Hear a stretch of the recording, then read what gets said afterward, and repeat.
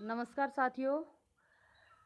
आप जिन जिन लोगों ने रीट के फॉर्म भर दिए हैं या फिर अभी जो ईडब्ल्यूएस में भरने वाले हैं या रीट की तैयारी जो कर रहे हैं, उन सब के लिए एक बहुत ही बड़ी न्यूज़ आ जाई है। बहुत ही अच्छी खुशखबरी की बात है कि मुख्यमंत्री शिक्षा मंत्री गोविंद सिंह डोटासरा ने अपना एक बयान जारी किया है कि जल्द ही रीट के आवेदन अभी दोबारा से शुरू किए जाएंगे। तो देखते हैं कि क्या कहा है डोटासरा ने। रीट के आवेदन जल्द होंगे शुरू, ईडब्ल्यूएस की फाइल को मंजूरी। ये न्यूज़ आज की है, 2 जून की न्यूज़ है। प्रदेश के 11 लाख अभ्यर्थियों की नौकरी की आस में जुड़ी शिक्षक पात्रता परीक्षा रीट की तैयारी फिर से शुरू हो गई है। देखिए, 11 लाख अभ्यर्थियों की नौकरी की आस से जुड़ी शिक्षक पात्रता परीक्षा रीट की तैयारी फिर से शुरू हो गई है। लॉकडाउन की वजह से पहले भी ये जो परीक्षा थी, इसकी तिथि 2 बार घोषित हो चुकी है। एक बार 25 अप्रैल और एक बार 20 जून, दोनों ही तिथियों को स्थगित कर दिया गया था। तो इस प्रक्रिया को तुरंत शुरू करने के लिए अभी विचार किया जा रहा है, जिसमें लॉकडाउन की वजह से जो बंद हो गई थी, ये स्थगित हो गई थी। उसके बाद अभी क्या कहा है, देखिए।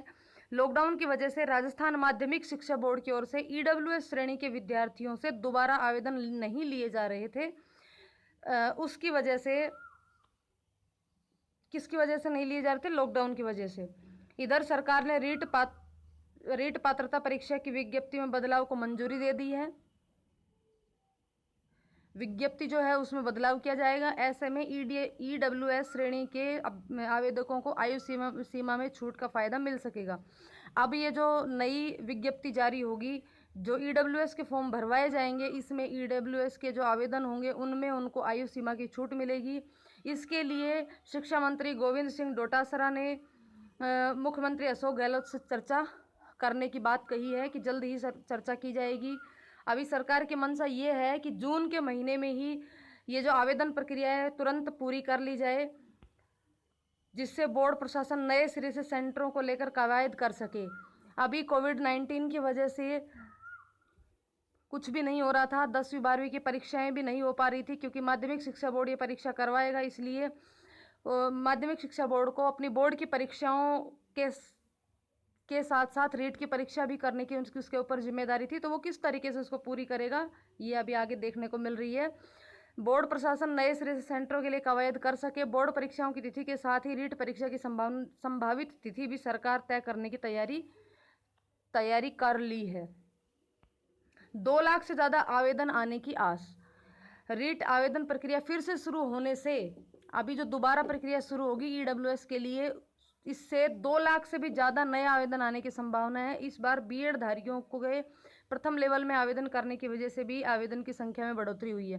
देखिए, आपको पता ही होगा, पहले लेवल 1 के लिए एसटीसी क्वालिफिकेशन तय की थी और लेवल 2 के लिए बीएड, यानी कि जो बीएड वाले थे वो लेवल 1 में नहीं बैठ सकते थे। लेकिन बाद में दोबारा ये डिसीजन, वो लोग कोर्ट में गए और ये डिसीजन आया कि लेवल 1 में भी बीएड वाले आवेदन कर सकते हैं। इस वजह से जो लेवल 1 के आवेदन थे उनकी वो संख्या जो थी वो बढ़ गई थी। अब अभ्यर्थी दोबारा से अभी आवेदन प्रक्रिया संशोधित होकर के दोबारा शुरू होगी तो और आवेदन आने की संभावना है। इधर अभ्यर्थियों की ओर से नए सिरे से शुरू होने वाले आवेदन प्रक्रिया में संशोधन के विकल्प भी शुरू करने की मांग की गई है। रीट के बाद तय होगी पदों की संख्या।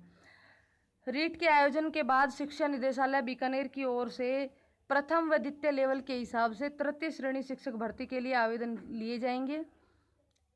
ऐसे में सरकार की ओर से पदों की संख्या के संबंध में निर्णय लिया जाएगा।